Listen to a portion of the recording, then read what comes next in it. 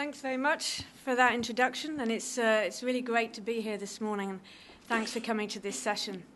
I want to go straight in and give an overview of what we mean by value chains for nutrition. First of all, I want to outline what the idea is. What's the concept behind this kind of value chains for nutrition? What are we actually talking about? Well, it's difficult for some of you to see the slides, but on the top left hand, you'll see that you've got a picture of someone producing the food and someone consuming the food. And if you think about agriculture and nutrition linkages, often people are thinking about the food that is produced, how much of it is there in particular, but also the type of food, and then how that directly affects consumption. So the linkages are between agricultural production and consumption. But if we move forward to value chain thinking says that what happens in between agricultural production and consumption from farm to fork is also very, very important. How the food passes through the supply chain.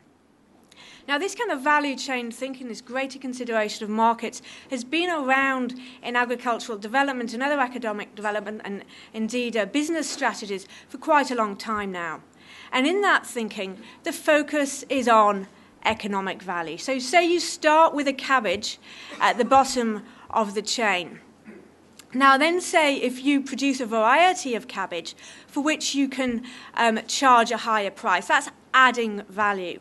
That's adding value to the cabbage. Now if you're a retailer and you decide to slice up that cabbage, you're also adding value to the product so that people pay more for it, and then it goes to the consumer who then pay this price. And in so doing, you are creating value for the farmers, for the retailers, for those involved in adding value to the product. And the concern in the agricultural development community has been, has enough of that value that is created, is enough of it going to the producer, is enough of it going into rural communities, and that's been their preoccupation.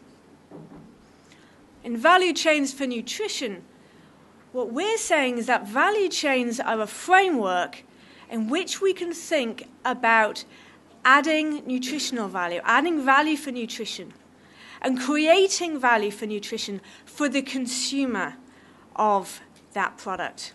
That's what we're talking about in value chains for nutrition, combined with the economic value.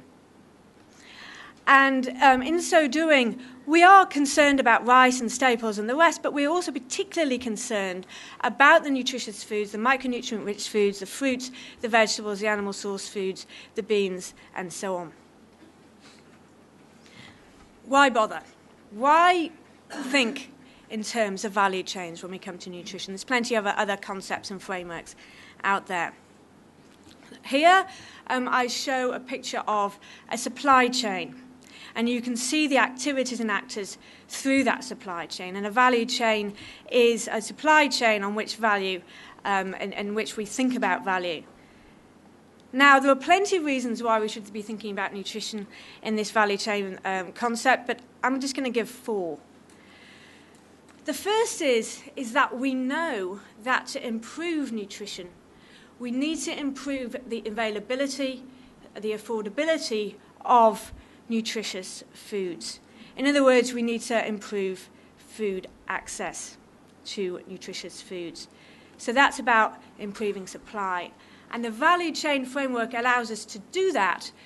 We can go back all the way along the supply chain and everything it interacts with to look for the bottlenecks. What's stopping improved availability? What's affecting affordability? And in so doing, find the opportunities to change. And that means looking from local to global. And looking means in places we may otherwise never thought to look. And that means we might find opportunities to change that we may never have thought, here's a real lever for change.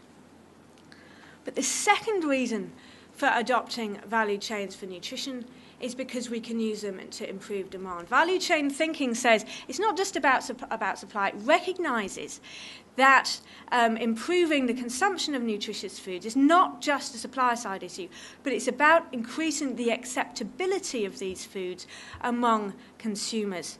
And we can say, in value chain thinking, we can say, how do we add value for the consumer? How do we add value for nutrition for the consumer in order to improve its acceptability by the consumer?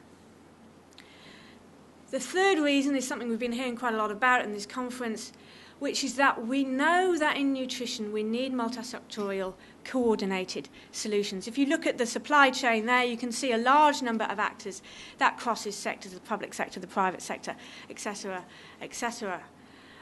This is just one simple example of a supply chain. A supply chain may actually involve a producer eating the foods that they have consumed. But nevertheless, it may be another actor, another sector, that is influencing the decision made by that producer to either sell or to consume those foods. And it may involve, if you see it as a branch and you start branching out, it may involve, you may realise that one of the bottlenecks is to do with women's education, and therefore you can identify that as a key issue. So you can really look far and wide across sectors. And the fourth reason is because value chains create a framework to create economic value and value for nutrition. And what I mean by that is that